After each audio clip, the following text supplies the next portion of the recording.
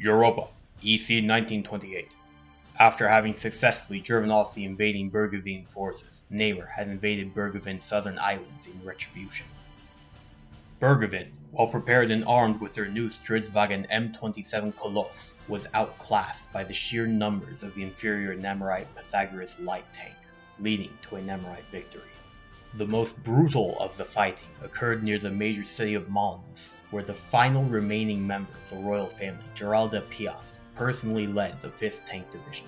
The battle was a disaster, with the amphibious assault unit the 5th Tank Division was paired with being all but wiped out.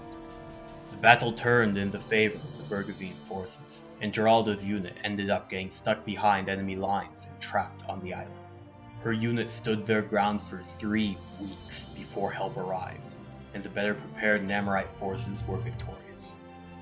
While this was happening, the Empire was being pressured by the international community to either stop supporting Burgundy or support both sides. They chose the latter, and decided to provide APCs to Burgundy and mortars to Namur. Naturally, both sides decided to use these to make new armored vehicles. Let's take a look at Namur's engineering department's meeting first.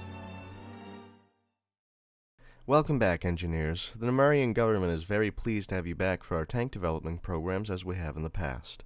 However, this time there are some more interesting choices for you all to pick from in your designs, which I hope should be a little intriguing to you all.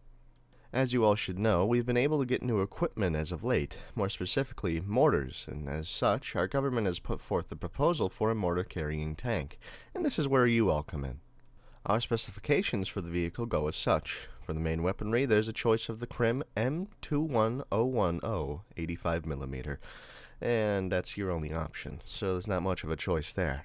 But getting to the rest of the vehicle, the tank can be a maximum of 3 meters long and 2.7 meters tall, and the weight we desire to be only 20 tons, as this is a war that we're fighting over islands, and heavy vehicles don't exactly perform the best on such rough terrain, you know.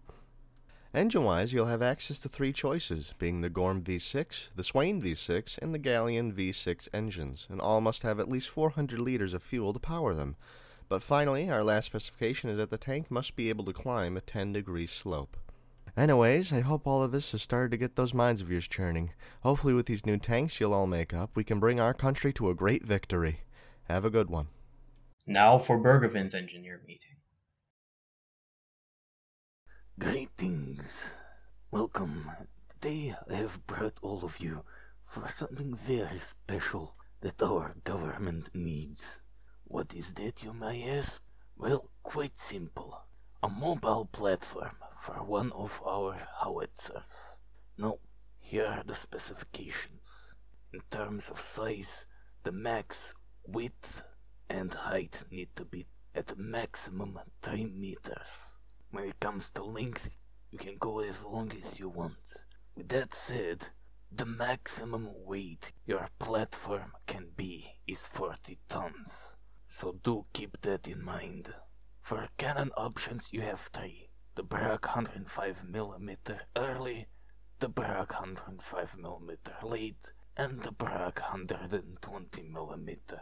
For engine options you have 2. The Bragg V6 and the Bragg V8, with at least 400 liters of fuel. Now you may also use the Imperial APC that we have gotten as a base for your mobile howitzer platform. That is all. Good luck in your designing.